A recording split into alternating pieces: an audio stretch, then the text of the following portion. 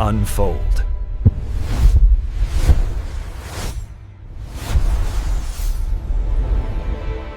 (1997년) 대한민국을 뒤흔들었던 금융위기, 그리고 그 절망 속에서 피어난 아주 특별한 국민적 대응, 현대사에서 가장 극적인 순간 중 하나로 기억되는 바로 그 이야기 속으로 지금부터 함께 들어가 보겠습니다. 여러분, 한번 상상해 보세요. 텔레비전을 켰는데 이런 발표가 나오는 겁니다. 불과 며칠 전까지만 해도 우리 경제 기초는 튼튼하다고, 문제 없다고 들었는데 정부가 사실상 국가부도 직전이라는 걸 인정하는 순간이었죠. 이건 그냥 단순한 경제 발표가 아니었어요. 그야말로 국가적인 충격과 굴욕의 순간이었습니다. 도대체 무슨 일이 있었던 걸까요? 결국 1997년 12월 3일 대한민국은 IMF와 구제금융협정에 서명하게 됩니다. 많은 분들이 이날을 1910년 국권 피탈에 빗대면서 제2의 국치일이라고 불렀을 정도였죠. IMF가 빌려준 이 돈, 당연히 공짜가 아니었습니다. 대한민국의 경제와 사회 구조를 아예 뿌리부터 바꿔버릴 만큼 아주 엄격하고 가혹한 조건들이 따라붙었습니다. 이게 그냥 서류 위에 쓰인 글자들이 아니었습니다. 보통 사람들에게는요, 하루아침에 가게 문을 닫고 평생 다닐 줄 알았던 직장에서 잘리고 사회 안전망이 통째로 뜯겨나가는 끔찍한 현실, 그 자체였어요. 아니, 한강의 기적이라고 불리던 나라가 어떻게 순식간에 이렇게까지 무너질 수 있었을까요? 그 답은 위기가 오기 몇 년 전으로 거슬러 올라가 봐야 합니다. 겉으로 보기엔 모든 게 좋아 보였죠. 선진국 클럽에 들어갔다고 다들 샴페인을 터뜨렸으니까요. 하지만 그 화려한 이면에서는요, 대기업들이 엄청난 빚더미 위에서 아슬아슬한 줄타기를 하고 있었습니다. 어떤 기업은 자기 자본의 10배가 넘는 빚을 지고 있었을 정도니까요. 자, 이 도미노가 어떻게 쓰러졌는지 한번 보세요.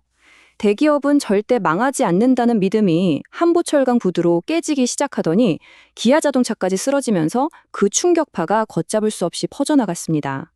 결국 외국인 투자자들이 겁을 먹고 돈을 빼가기 시작했고 이게 결정타가 된 거죠. 그런데 말이죠, 이 절망의 끝에서 정말 아무도 예상하지 못했던 움직임이 시작됩니다.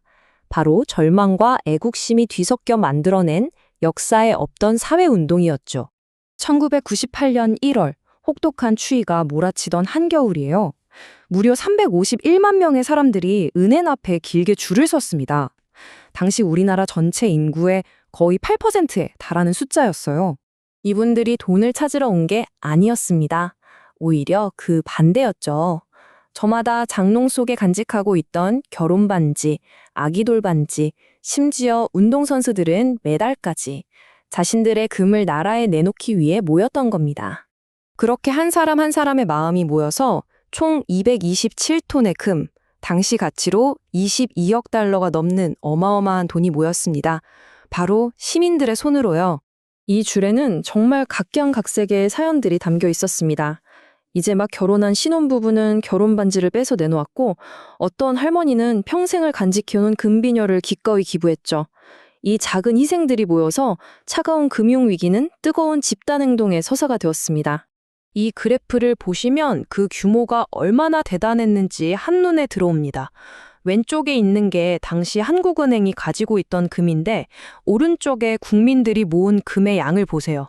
무려 15배가 넘는 양을 시민들이 자발적으로 모은 겁니다. 정말 대단하죠? 이건 정말 영웅적인 노력이었고 외신들도 기이하지만 위대한 국민적 희생이라며 극찬을 아끼지 않았습니다. 그런데요, 여기서 우리가 진짜 중요한 질문 하나를 던져봐야 합니다. 과연 이 22억 달러라는 돈이 한 나라를 구하기에 정말로 충분한 액수였을까요? 자, 진짜 현실을 숫자로 한번 냉정하게 들여다보겠습니다. 자, 보세요. 맨 왼쪽에 있는 게 금 모으기로 모은 22억 달러입니다. 그런데 가운데 IMF에서 빌려온 돈이 550억 달러, 그리고 우리나라가 갚아야 할 총 외채는 무려 1,500억 달러에 달했어요.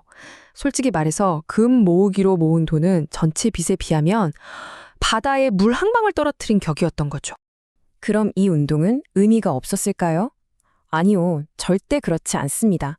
이 운동의 진짜 힘은 돈 그 자체가 아니었어요.